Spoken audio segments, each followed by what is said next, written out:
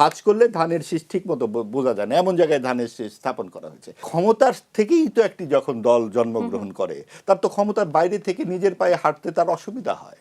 এখন যে কোনোভাবে ক্ষমতার অংশী হতে হবে।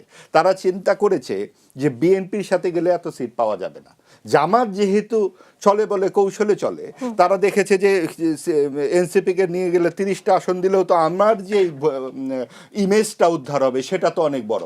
সে এই 30 আসনের বিনিময়ে যাবতীয় কথাবার্তা, এই রাজনৈতিক বন্দোবস্ত, দিন বদলের সোপান, নতুন বাংলাদেশ, বাংলাদেশ 2.0, কত গাল ভরা বলি আমরা শুনেছি, সব বিসর্জন দিয়ে তারা জামাতের পকেটে গিয়ে ঢুকে পড়েছে।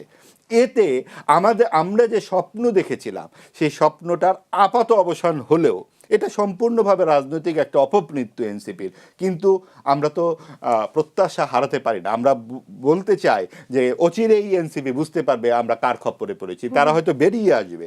কিন্তু এগুলো রাজনীতিতে হয়, ভুল হয়, নানান রকম, তাদের বয়স কম, তারা জীবনের স্ট্রাগলেতেই কখনো পড়ে না। একটি চাকরি খুঁজতে নেমেছিল, তারপরে তারা একটা আন্দোলনে জড়িয়েছে এবং তারপরে ক্ষমতার স্বাদের মধ্যে ঢুকে গেছে।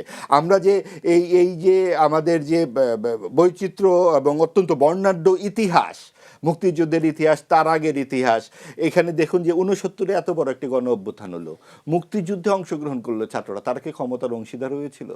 90-তে যে গণ অভ্যুত্থান হলো তারা কি ক্ষমতার অংশীদার হয়েছিল?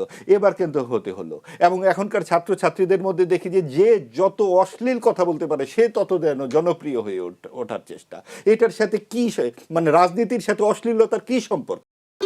ভবিষ্যৎ হোক নিরাপদ, বিনিয়োগ হোক বিশ্বস্ত, আর আমার পছন্দ সল্ট বে।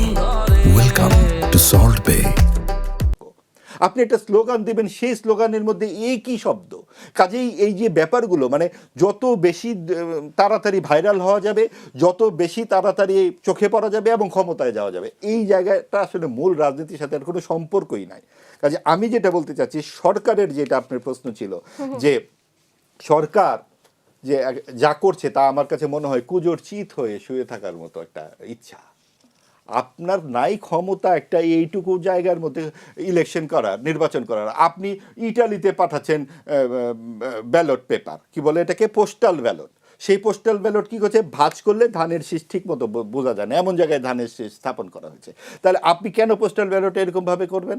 এবং সেখানে আপনার দাড়িপাল্লা এবং শাপলাকলি খুব পরিষ্কার দেখা যায়। এই বিষয়গুলো কিন্তু খুব ছোট নয়। আপনি যখন এই ধরনের ইঞ্জিনিয়ারিং চোখের সামনে চলে আসছে, নির্বাচন কমিশন কিন্তু এগুলো নিয়ে কোনো রকম তোয়াক্কা করছে না। কাজেই আপনাকে লেভেল প্লেইং ফিল্ড অবশ্যই তৈরি করতে হবে, এবং লেভেল প্লেইং ফিল্ড সকলের জন্য।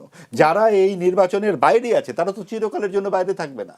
আপনার যেই সমস্ত দল এবার অংশগ্রহণ করছে না, আপনি কি তাদেরকে চিরকালের জন্য নির্বাচনের বাইরে রাখবেন? আপনাকে তো একটা সমন্বিত সমাজ তৈরি করতে হবে। চিরকাল তো বাইরে রাখা সম্ভব, কিন্তু তাদের চেষ্টা তো যত দূরে রাখা যায়, তাহলে আমরাও মামুরা খেলতে পারি তাদের, আমরা এবং আমাদের খুব পক্ষে সহজ হয়তো ক্ষমতা যতদিন, আপেলটা যতদিন খাওয়া যায়। কারণ বিপক্ষে যদি মেসি চলে আসে, গোল দেওয়া কঠিন হবে না। যে আমরা এবং মামুরা পাশাপাশি বসার যেই নির্বাচন, সেইটাই অনেক বেশি সুবিধাজনক। কাজেই এই জায়গাগুলোতে আমার মনে হয় সরকারকে আরও স্পষ্ট অবস্থান নেওয়া দরকার। এবং গণভোটের ক্ষেত্রে যেটা হয়ে গেছে, এখন তো আসলে সরকার তারা তাদের মতো করে এগিয়েছে, তারা কথা শুনেনি। বিভিন্ন জায়গা থেকে, সিভিল সোসাইটি থেকে বারবার বলা হয়েছে যে এই ধরনের গণভোট কেন, সংবিধান সংস্কারটা কেন। 30শে জুলাই সিপিবি সহ 4টি প্রধান বাম দল কিন্তু আলোচনা থেকে উঠেই চলে গেছে। এই আলোচনা থেকে যদি বিএনপি উঠে যেত, জামাত উঠে যেত, এনসিপি উঠে যেত, সরকার কি তাকে ফেরত আনার ব্যবস্থা করতো না? কিন্তু সরকার বামপন্থীদেরকে, প্রগতিশীলদের ফেরত আনার ব্যবস্থা করেনি। কাজে সবকিছু মিলিয়ে দেশটাকে একটা প্রগতি বিরোধী অবস্থানে নিয়ে যাবার একটা যে পায়তারা চলছে, আমরা আশা করব এর পরেও দেশের মানুষের শুভবুদ্ধির কাছে সবকিছুই পায় তারা মানে পরাজিত হবে আগামী 22